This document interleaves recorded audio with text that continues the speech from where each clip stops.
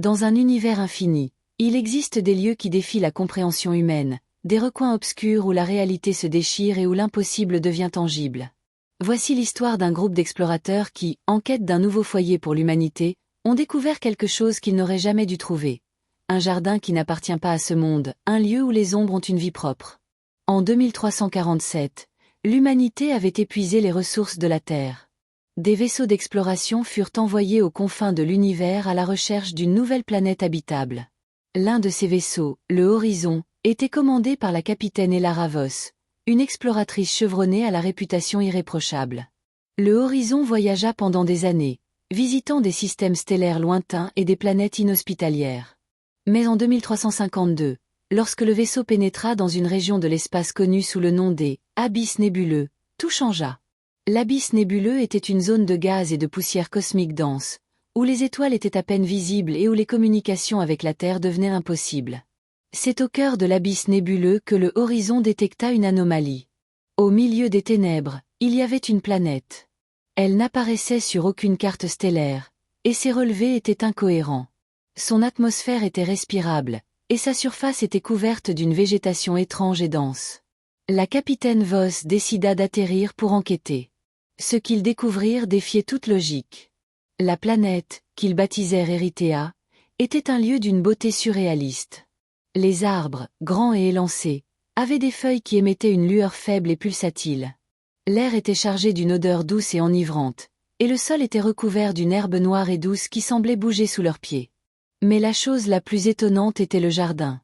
Au centre d'une vaste plaine s'étendait un jardin pas comme ceux que l'on connaît, avec des fleurs et des arbustes, mais quelque chose de plus organique. Les plantes avaient des formes qui défiaient toute logique biologique, avec des tiges torsadées et des fleurs faites d'une substance gélatineuse et translucide. Et au cœur du jardin, il y avait une fontaine. Non pas d'eau, mais d'une substance noire et visqueuse qui coulait sans fin, émettant un bourdonnement bas et constant. L'équipage du Horizon commença à explorer le jardin, fasciné par sa beauté et son étrangeté. Mais bientôt, ils remarquèrent des choses qu'ils ne pouvaient expliquer. Les ombres des arbres semblaient se mouvoir d'elles-mêmes, comme si elles étaient vivantes. Le bourdonnement de la fontaine devenait plus fort à mesure qu'ils s'en approchaient, et ils commencèrent à entendre des chuchotements, non pas des mots, mais des sons qui résonnaient dans leur esprit, comme si quelque chose leur parlait directement à l'âme. L'un des explorateurs, le biologiste Dr. K.L. Marrow, fut le premier à succomber au chuchotement. Il se mit à parler dans une langue incompréhensible, puis s'enfonça dans le jardin, disparaissant parmi les plantes tortueuses. Les autres membres de l'équipage le cherchèrent, mais ne trouvèrent que sa blouse de laboratoire, couverte d'une substance noire et visqueuse. La capitaine Voss ordonna à l'équipage de retourner au vaisseau, mais ce fut alors que les ombres prirent vie. Les ombres des arbres se détachèrent du sol et commencèrent à avancer vers eux, prenant des formes humanoïdes mais difformes. L'équipage s'enfuit, mais ne put échapper aux ombres. Une à une, elles les rattrapèrent, les enveloppant d'une obscurité qui semblait les dévorer tout entiers. Le Horizon quitta Erythea, mais il ne revint jamais sur Terre. Des mois plus tard, il fut retrouvé à la dérive dans l'espace, son équipage disparut. Les enregistrements du vaisseau révélèrent les derniers instants de l'équipage, des cris, des chuchotements, et une voix qui n'était pas humaine, parlant une langue incompréhensible.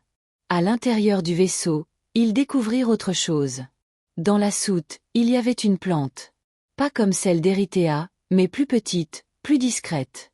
Pourtant, elle avait la même lueur pulsatile et émettait le même bourdonnement constant.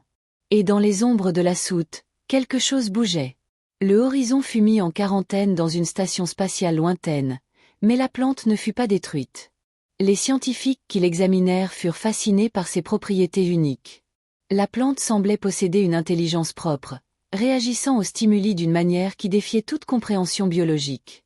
Bientôt, ils remarquèrent que les ombres de la station se comportaient étrangement, se mouvant indépendamment, prenant des formes inquiétantes. Obsédés par leur découverte, les scientifiques commencèrent à expérimenter avec la plante.